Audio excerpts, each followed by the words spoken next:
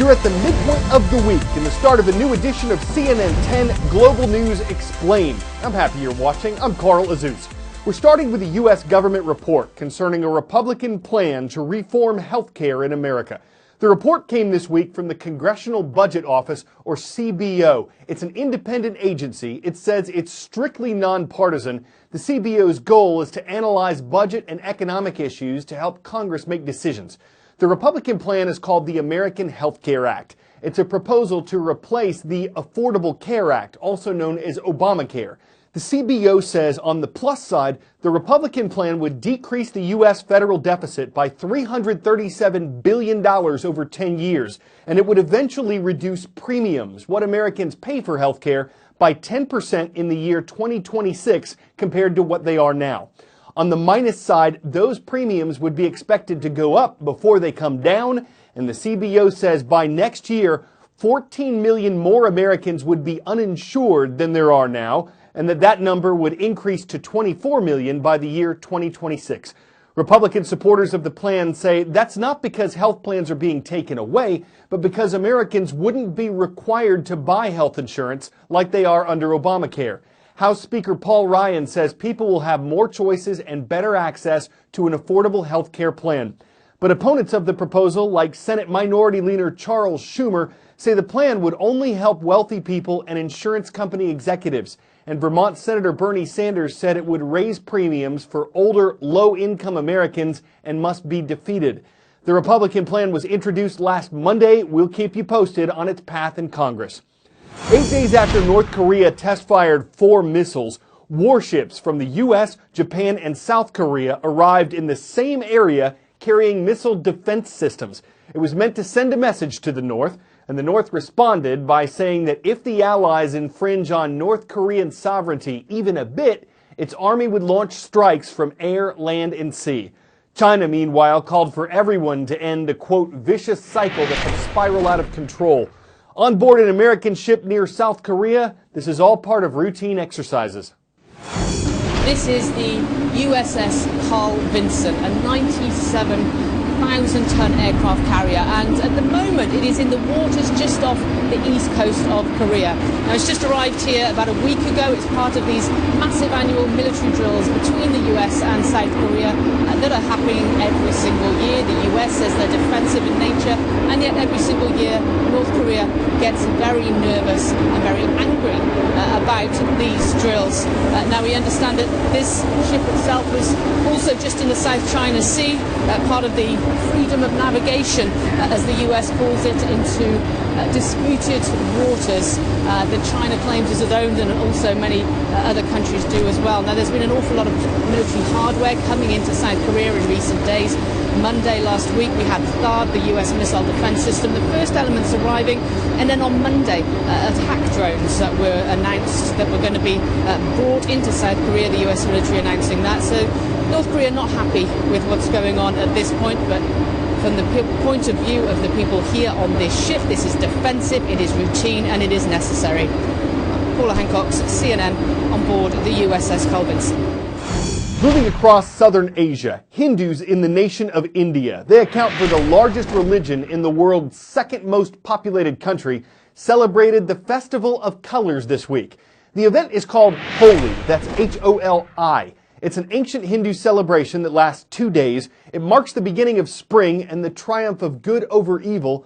And during Holi, status is put aside while celebrants throw and smear colors over crowds and on the faces of their loved ones. Millions of Hindus participate, with celebrations also taking place throughout Nepal and some other countries worldwide.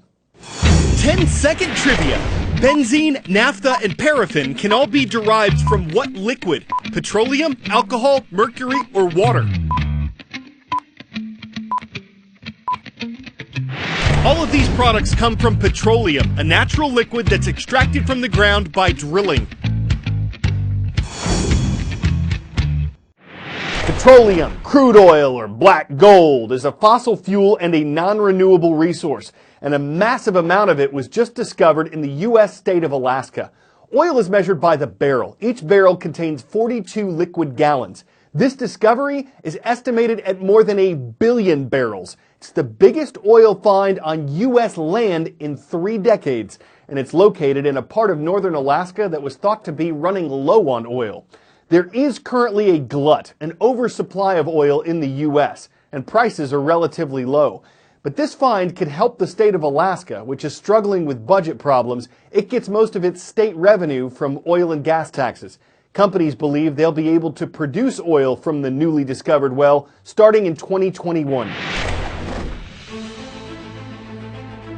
Oil is not for the faint of heart. Black gold has made fortunes for some, but its price volatility leaves destruction in its wake. Here are some of the biggest oil booms and busts of the last century.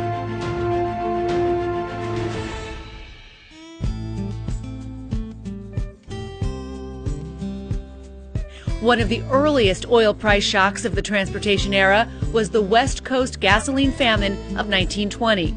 Demand for oil was surging as more people started driving automobiles. Consumption almost doubled from 1915 to 1920. That led to a shortage in gasoline. Autos were out of commission and horses back in style.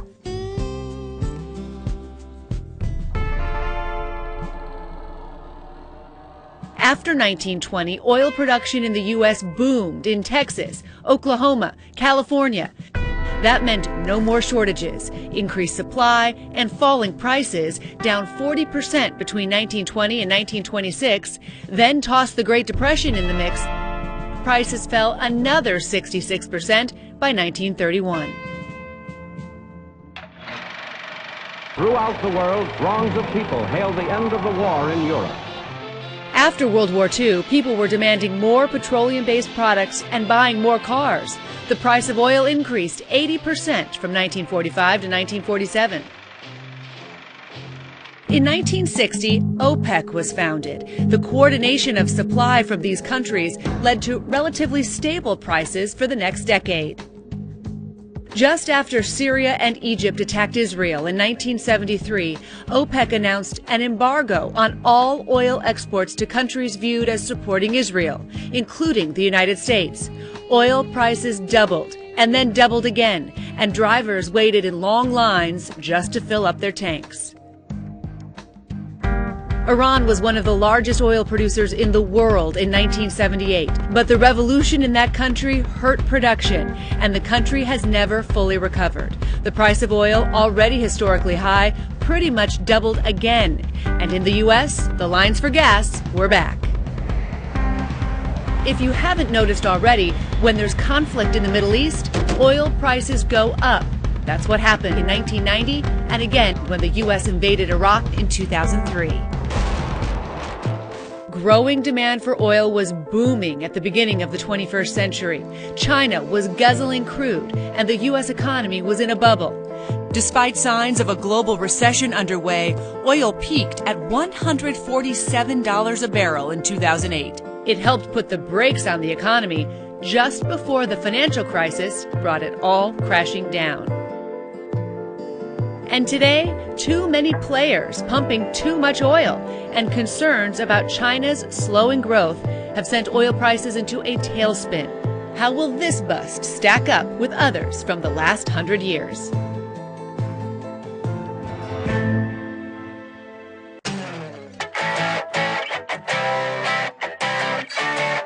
Two words: sloth sleepover.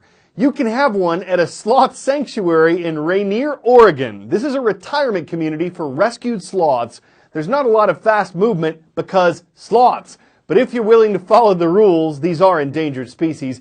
And if you and a friend are able to shell out $1,200, you can sleep here, surrounded by sloths, and even feed them.